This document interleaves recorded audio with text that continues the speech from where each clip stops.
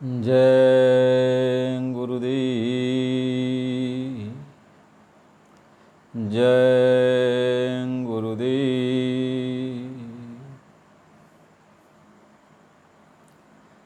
परम पुरुष गुरुदेव जी, जय गुरुदेव नाम।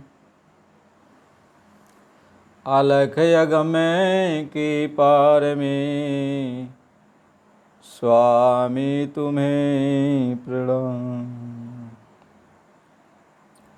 कोटि कोटि करु वंदना, अरब खरब प्रणाम।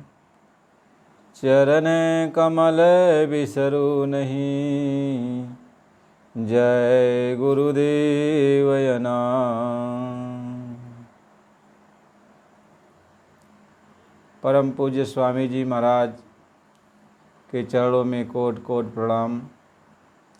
आप सभी प्रेमी सत्संगी भाई बहनों, माता पिता, नर नारी, बच्चे बच्चियों, सबको सादर जय गुरुदेव।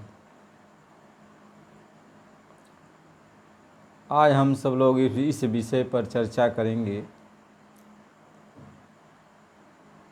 कि सत्संग सुनने की विधि क्या है, यानी हमें सत्संग कैसे सुनना चाहिए, इसके बारे में आज चर्चा करेंगे।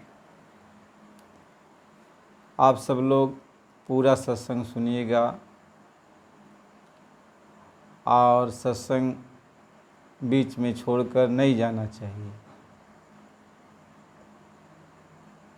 सत्संग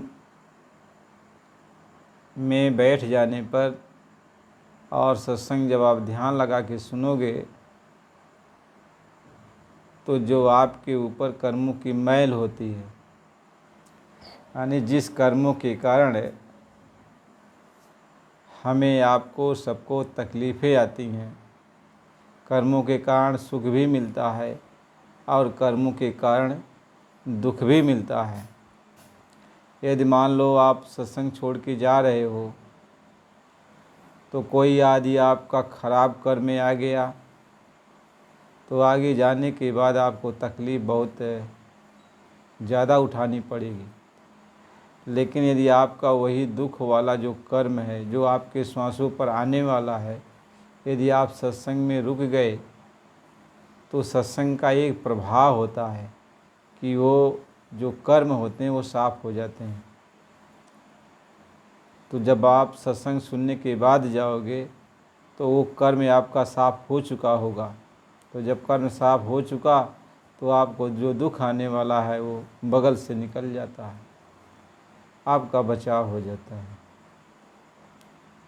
इसलिए कहा एक घड़ी आधी घड़ी, आधी में पुनियात। स्वामी संगत साधकी, कटे कोटि अपराध। एक घड़ी, आधी घड़ी, जो भी आपको सत्संग मिल जाए तो आपके बहुत सारे अपराध, यानी जो कर्म के द्वारा बन चुके हैं, वो साफ होने लगते हैं। जितना समय आप सत्संग में समय दोगे उतना समय कर्मों की धुलाई होती है, कर्म साफ होते हैं। हमें सत्संग पूरा सुनना चाहिए और सत्संग जब हमको अच्छा लगता हो तो हम अपने जैसा, यदि कोई आपका प्रेमी है, आपके घर के बाहर के जो कोई भी आपके हैं, तो उनके पास भी सत्संग को भेजना चाहिए ताकि उनको भी कुछ समझदारी आवे, वो भी सत्संग को सुने। इस काम को आपको करना चाहिए। खराब लोगों के पास कभी नहीं भेजना चाहिए।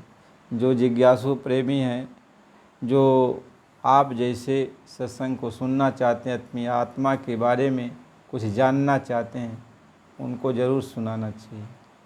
आज का ये सत्संग है कि सत्संग सुनने की विधि क्या है, सत्संग हमें कैसे सुनना चाहिए। जब आप सद्गुरु के सत्संग में जाते हो, महात्माओं के सत्संग में जाते हो, तो आपको उस सत्संग में कैसे बैठना चाहिए और कैसे सत्संग का आपको लाभ मिलेगा, इसके लिए जब आप सत्संग में जाओ तो जो सत्संग सुना रहे हैं, चाहे सत्संग में सद्गुरु सुना रहे हैं या उनके कोई भक्त सुना रहे हों, तो उस समय आपको ये काम करना चाहिए कि सत्संग में आप बैठ जाओ तो अपने दोनों आँखों की पुतलियों का, दोनों आँखों को उनके आँखों में मिलाने की कोशिश करो, यानी अपनी आँखों से उनको देखो, उनकी आँखों में देखने की कोशिश करो, उनकी तरफ देखने की कोशिश करो। वो चाहे आपकी तरफ देख रहे हो या न देख रहे हो, लेकिन आप उनकी तरफ देखो। जब दोनों आँखों की पुतलियों को आप कंसंट्रेशन करके एक तरफ, उनके तरफ ध्यान लगा करके आप बैठोगे तो उनके रूप को निहारोगे, देखोगे, और इसके बाद जो उनके वचन निकल रहे हैं, सत्संग निकल रहे हैं, उसको आप एकाग्रचित होकर सुनोगे। तो महात्माओं के अंदर की जो ताकत होती है, जो शक्ति होती है, वह शक्ति आपके अंदर आने लगती है। यानी आपके अंदर जब महात्माओं की शक्ति आती है, ताकत आती है, दया चलती है, तो आपके ऊपर जो मैल होती है, जिससे मन आपका भागता है, बुद्धि काम नहीं कर रही है, चित्त चंचल हो जाता है, अहंकार अंधेरा ले आता है, ये सब जो है साफ होने लगते हैं, निर्मल होने लगते हैं, चित्त आपका स्थिर होने लगता है, मन शांत हो जाता है, बुद्धि में विवेक जागता है, और अहंकार जो अंधेरा है वहाँ उसको रोशनी मिलती है, रोशनी मिलती है।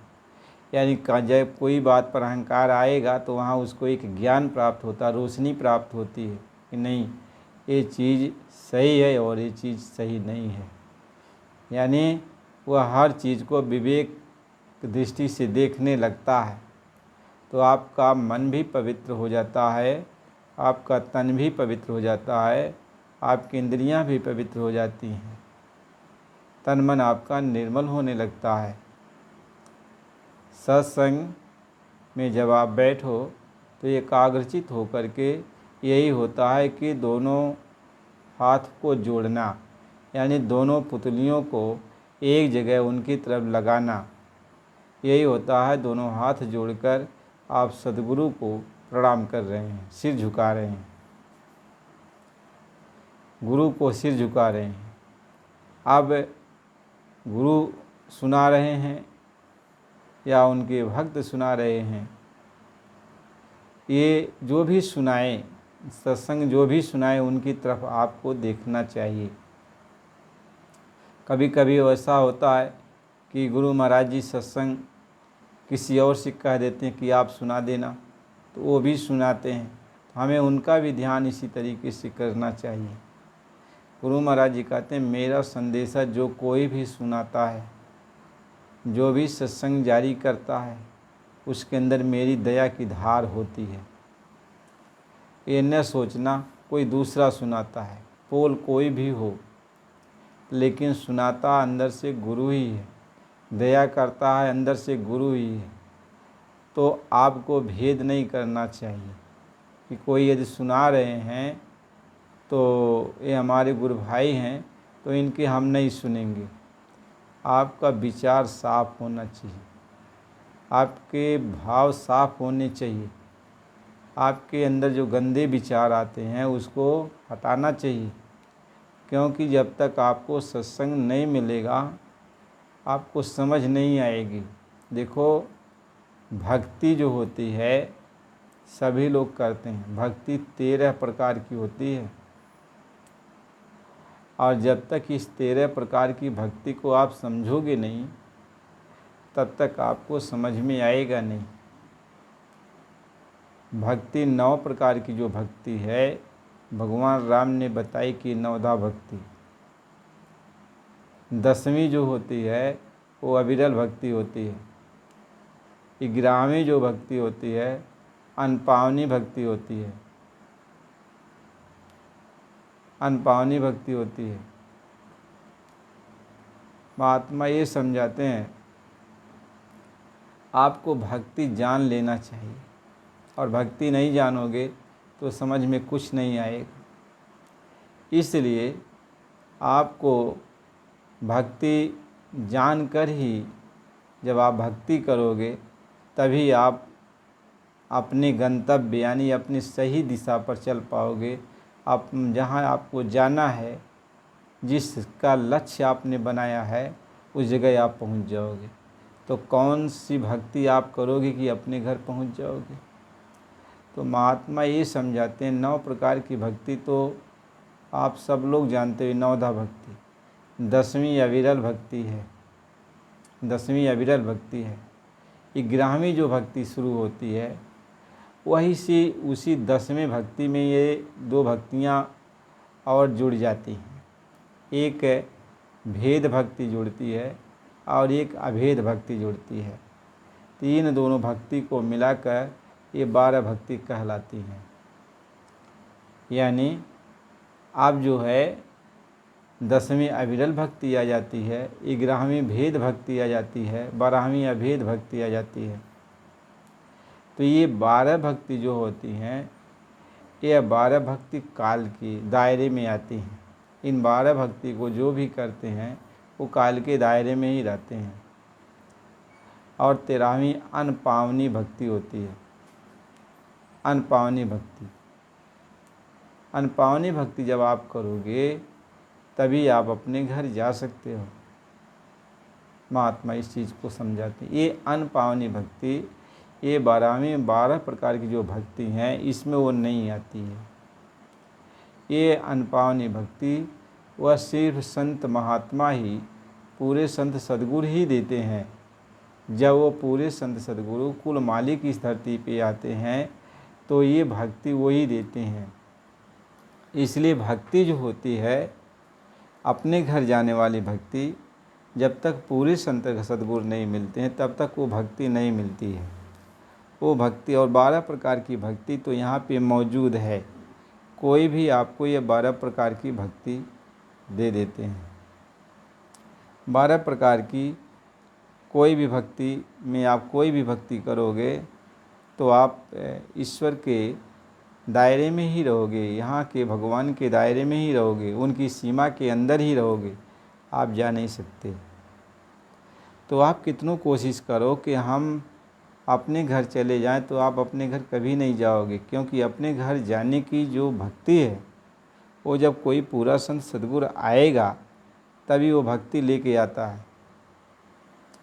वह भक्ति वही लेके आता है, और जब वो लेके आता है तो वह जिस जीव को पकड़ता है उसको वो भक्ति देता है। तो इसलिए उस भक्ति को यहाँ कोई जानता नहीं। उस भक्ति को कोई नहीं जानता है। वह भक्ति सिर्फ पूरे गुरु के पास आती है, रहती है। इसलिए महात्मा समझाते हैं कि भक्ति बीज बिनसे नहीं, आई पड़े जो चोल, और कंचन जो बिष्ठा पड़े घटे न ताको मोल। ऐसे ही सोना हो, चांदी हो, हीरा मोती जवाहर हो, यदि वह गंदगी में कीचड़ में कहीं गिर जाए तो भी उसका मोल ख़त्म नहीं होता। जब जौहरी उसको निकालेगा, उसको साफ़ करेगा तो फिर उसका वही मोल हो जाता है।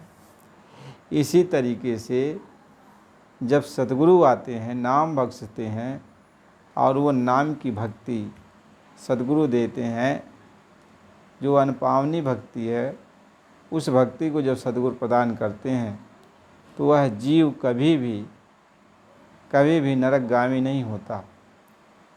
यदि संजोग बस वह जीव कुमार्ग में चला जाता है तो 84 में भटकने के बाद यानी कीचड़ में गिरने के बावजूद भी जब फिर उसको मानो से दिया जाता है तो निर्मल करके वो महात्मा उसको फिर लेके चल देते हैं।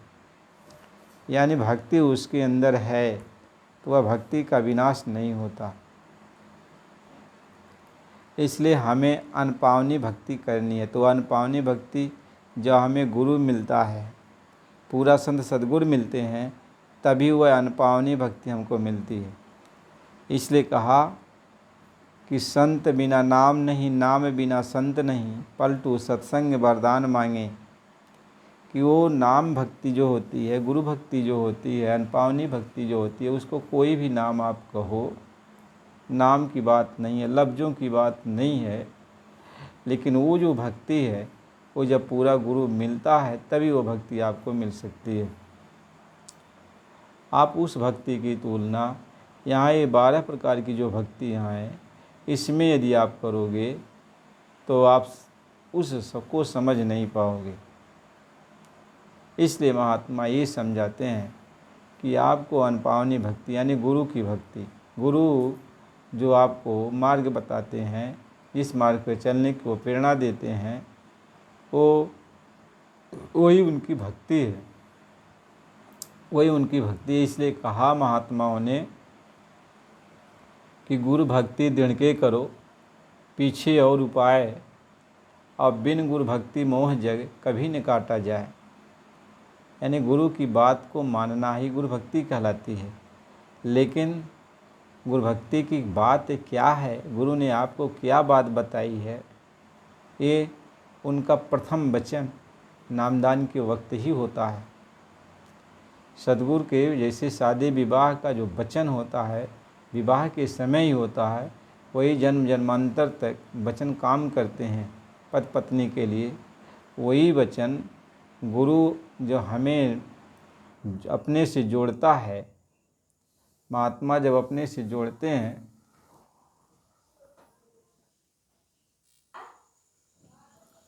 महात्मा इस बात को समझाते हैं कि जब गुरु मिलते हैं तब वो अनपावनी भक्ति यही देते हैं। इसलिए हमें आपको गुरु की बात को मानना चाहिए। जब नामदान देते हैं, नामदान के वक्त में सद्गुरु उस वचन को फरमाते हैं, सद्गुरु उस वचन को बताते हैं, वही वचन जो है अनपावनी भक्ति कहलाती है। उसी अनपावनी भक्ति को हमें हमेशा अपने जीवन में उतारना चाहिए, वही उसी का हमको आपको पालन करना चाहिए।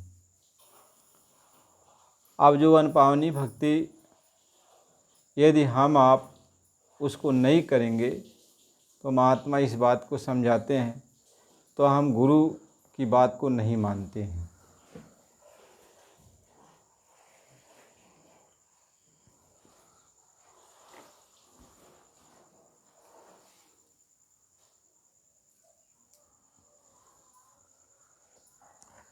तो हम गुरु की बात को नहीं मानते हैं। इसलिए हमें आपको सबको चाहिए कि नामदान के वक्त में गुरु जो बातें हमें आपको बताते हैं उसका हमें जीवन भर निर्वाह करना चाहिए।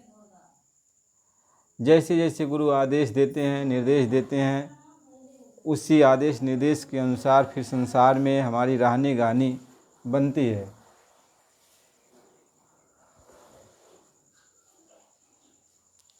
अब हम गुरु से पूछ कर हर काम को करते हैं। जैसा गुरु महाराज जी का आदेश होता है वैसा हम सब लोग करते रहते हैं। स्वामी जी महाराज इसी बात को समझाते हैं कि गुरु के आदेश का पालन करना ही गुरु भक्ति कहलाती है। और गुरु का वचन शुरुआती दौर में नामदान के वक्त में ही होता, उसको तो पकड़ना है और फिर शनै शनै यानी धीरे धीरे जैसा गुरु आदेश देते रहते हैं उसके अनुसार हमें आप उस वचन को मानना चाहिए और आगे हमें बढ़ना चाहिए। अनपावनी भक्ति ये संसार में नहीं है। संसार में इसकी भक्ति नहीं की जाती है। इसकी भक्ति जब पूरा संत सद्गुरु ही आते हैं तभी वह इसकी भक्ति को करवाते हैं। इसलिए यह भक्ति इस काल देश में नहीं है, काल देश में नहीं है, इसलिए इस भक्ति को कोई यहाँ प्राप्त नहीं कर सकता। स्वामी जी महाराज इस बात को समझाते कि जिसके ऊपर मेहर कृपा सद्गुरु की हो जाती है वही इस भक्ति को प्राप्त करता है। और जब भक्ति को प्राप्त कर लेता है तो अपने घर चलेगा। इसलिए महात्मा समझाते हैं, भक्ति भाव भादो नदी सबे चली गहराए, और सरिता सो इसराही है जो जेठ मास ठहराए। यानी संसार में बहुत सारी, इस काल देश में बहुत सारी भक्ति है।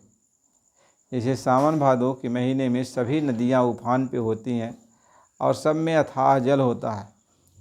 ये मालूम होता है कि इसकी जल की जो गहराई है यह कोई इसका माप नहीं सकता, और सारी नदियाँ उफान पे रहती हैं। लेकिन जब जेठ का महीना आता है, तपन का महीना आता है, तो सभी नदियों के जल सूखने लगते हैं, सूख जाते हैं। महात्मा ये समझाते हैं, लेकिन जो अनपावनी भक्ति होती है, जैसे जो उसी भक्ति का महत्व होता है, उसी नदी का महत्व होता है जो जेठ के महीने में भी, यानी तपन के महीने में भी, जिसमें धारा बह रही हो, जिसमें नावें चलती हों, जिसमें पानी की कमी नहीं होती हो। तो महात्मा इसी बात को समझाते हैं। तो जो गुरु की भक्ति होती है, अनपावनी जो भक्ति होती है, वह इसी तरीके का होता है, इसी तरह का होता है। इसलिए हमें गुरु की भक्ति जैसे भी बने तैसे हमें करना चाहिए। कहें जैसे बने तैसे कर भक्ति, कहें भक्ति अंग में जब तू बरते तो छोड़ झिझक क्यों कर भक्ति।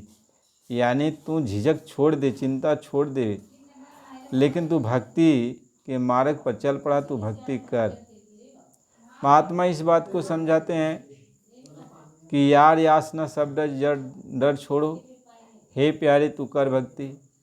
कहते हैं यार यासना यानी अब सबका, यार दोस्तों का भी डर तू छोड़ दे, लोगों का भी डर तू छोड़ दे और तू भक्ति कर।